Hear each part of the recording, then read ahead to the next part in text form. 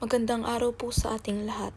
Ako po si Zoe Scaela Tesalona at naririto po ako upang talakayin ang ika-32 kabanata ng El Filibusterismo na pinamagatang ang ibinunga ng mga paskel. Dito po nakapaloob ang mga tauhan, tagpuan, talasalitaan, buod at mga katanungan. Sa ating mga tauhan ay naririto po sina Benzaib, Simon, Basilio, Macaraig, Pecson, Tadeo, Sandoval, Juanito Pelaez, Isagani, Kapitan General at Paulita Gomez. Ang ating tagpuan naman po ay sa Maynila kung saan naganap halos lahat na nangyari sa kabanatang ito. Dako naman po tayo sa ating mga talasalitaan.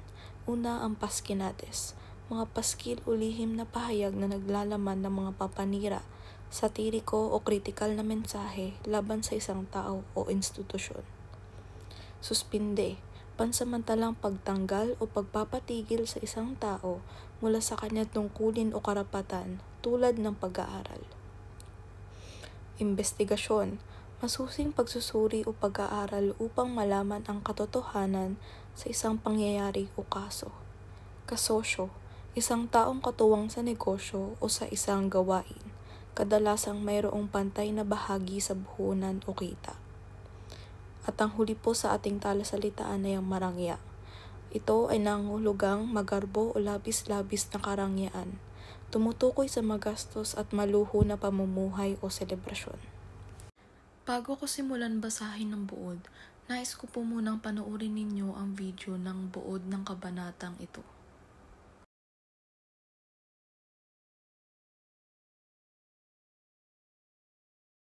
Dahil sa mga pangyayaring naganap, maraming ina ang nagpauwi sa kanilang mga anak sa lalawigan, marami ang bumagsak nang dumating ang pagsusulit at bihira sa mga kasapi ng kapisanan ng mga estudyante ang nakatapos ng pag-aaral. Sina Pecson, Tadeo at Juanito Pelaez ay di rin nakapasa. Ang iba pa'y napilitan na ring iwan ang kanilang pag-aaral. Si Macaraig ay naging maingat upang huwag masangkot sa mga usapin at sa lakas ng kanyang salapi nakakuha ng pasaporte at nagmamadaling sumakay sa bapor na patungong Europa. Tanging si Sandoval lamang ang nakapasa. Nakapasa si Isagani sa mga itinuturo ni Padre Fernandez at bumagsak sa iba. Si Sandoval naman, sa tulong ng kanyang talumpati nalimlang ang mga tagalitis. Tanging si Basilio ang hindi pumasa sa mga asignatura. Hindi rin bumagsak o tumakas sa Europa. Naiwan siya sa pagkakabilanggo at sumasa ilalim sa pagsisiyasat tuwing ikatlong araw, ngunit iyon din ang nangyayari. Kaya lamang ay laging bago ang hukom na nagtatanong sa kanya. Sa loob ng piitan na rin niya nabalitaan ang mga nangyari sa Tiani, ang pagkamatay ni Huli at ang pagkawala ni Ingkong Selo. Samantala'y gumaling na si Simon na napabalitang magdaraos ng isang malaking pista bilang pasasalamat sa kanyang paggaling at sa bayang nagpapayaman sa kanya. Nabalita rin na si Simon ay nagsisikap na maihingi ng palugit sa Madrid ang panunungkulan ng general na nooy magtatapos na ang takdang panunungkulan upang magtagal pa sa Pilipinas. Kaya pinayuhan siya ni Simon na gumawa ng pagsalakay upang mabinbin ang pag-alis nito. Siya nga ba, Senyor Sinbad? At silawin ninyo kaming minsan sa isang bagay na anyong Yankee. May utang kayong malaki sa bayang ito. Mangyari pa. Ihahandog ninyo marahil ang buong bahay. Marahil, ngunit ako'y walang bahay. Binili sana ninyo ang bahay ni Kapitan Tiago. Nauwi lamang kay Senyor Pelaez na nagbayad ng napakaliit. Hindi umimik si Simon. Magmula nooy naglagi na siya sa tindahan ni Don Timoteo Pelaez na ayon sa balita ay nakasosyo niya sa pangangalakal.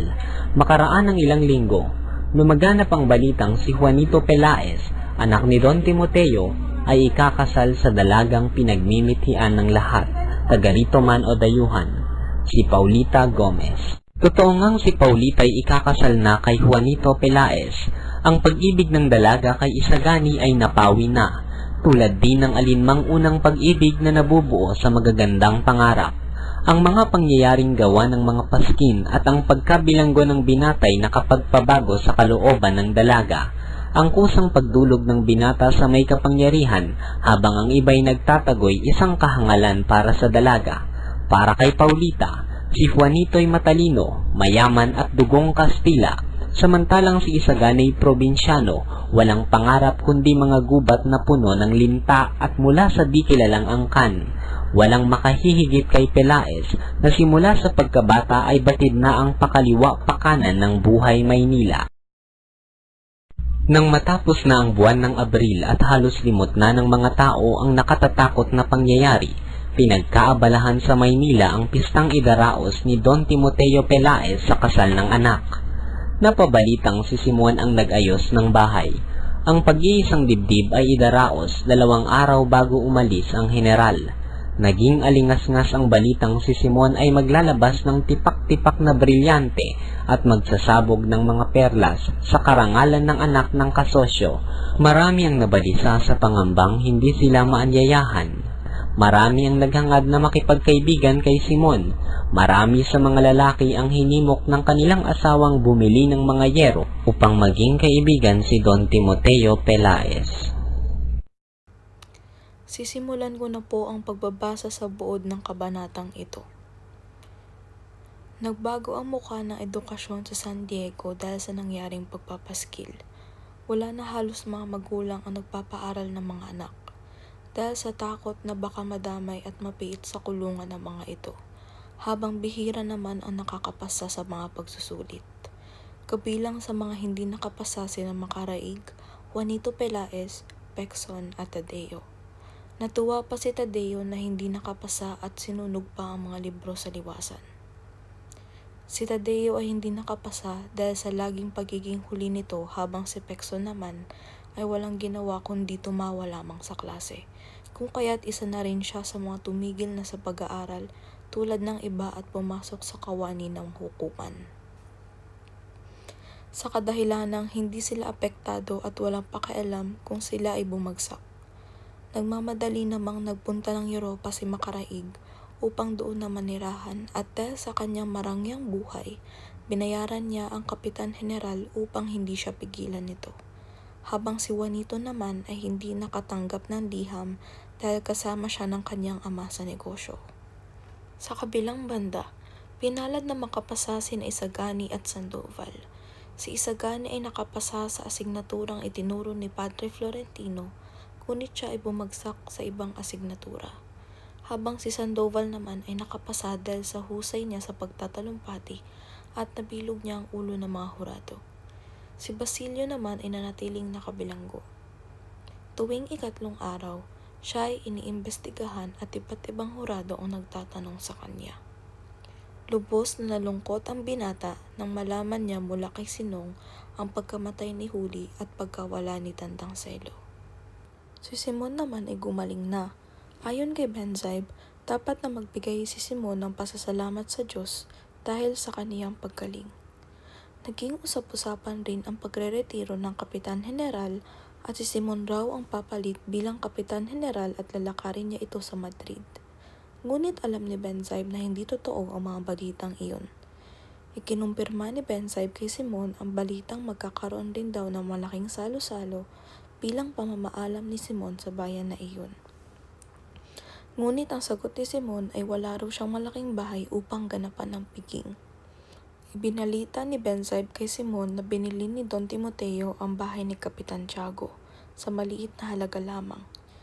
Ngunit ang hindi alam ng lahat na ginamit lamang ni Simon sa pamamagitan ng kanyang kayamanan si Don Timoteo upang mabili niya ang bahay na iyon. Nagulat ang lahat na mabalitaan si Don Timoteo at Simon ay magkasosyo na raw sa negosyo. Naging maswerte naman ang kapalaran ni Pelaez. Nakabili ito ng bahay na walang bayad.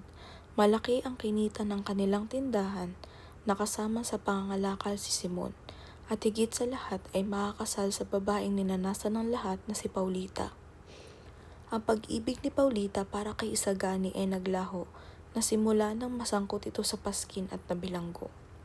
Ayon sa dalaga, si Pelaez raw ay nagbago, tumiwalag na sa samahan ng mga kabataan. Ikalawa, masayahin raw ito, at higit sa lahat, Siya ay mistisong Kastila kung kaya't hindi sila pag-iinitan ng pamahalaan. Dahil doon ay magkakaroon umano ng isang piging na inaabangan ng mga tao roon, sapagkat si Simon ang nakaatang na mamahala sa lahat, samantalang ang Kapitan General naman ang magiging inaama na ikakasal, at ang dalawang ito na si Simon at Kapitan General ay sobra raw magbigay ng regalo. Ito ang unang malaking pagtitipon matapos lumaganap ang takot sa kanilang bayan. At ang pinakahuli, sa buwan ng Abril naman, ang ginawa ng Kapitan General ay ipinagiba niya ang mga maliliit na bahay sa kadahilanang nakakasira daw ito ng tanawin sa paligid. Agad itong inaksyonan ni Simon at palihim niyang kinausap ang mga nawalan ng tirahan dahil kailangan niya ng mga tauhan para sa pagtatangkang digmaan. Nais ko pong malaman kung kayo ay may natutunan sa ating binasa. Kaya naman naghanda po ko ng mga katanungan na dapat ninyong sagutin. Una, ano ang ginamit ni Sandoval upang makapasa? Ikalawa, anong buwan ipinagiba ng Kapitan General ang mga maliliit na bahay? Ikatlo, tuwing ilang araw iniimbestigahan si Basilio ng iba't ibang hurado?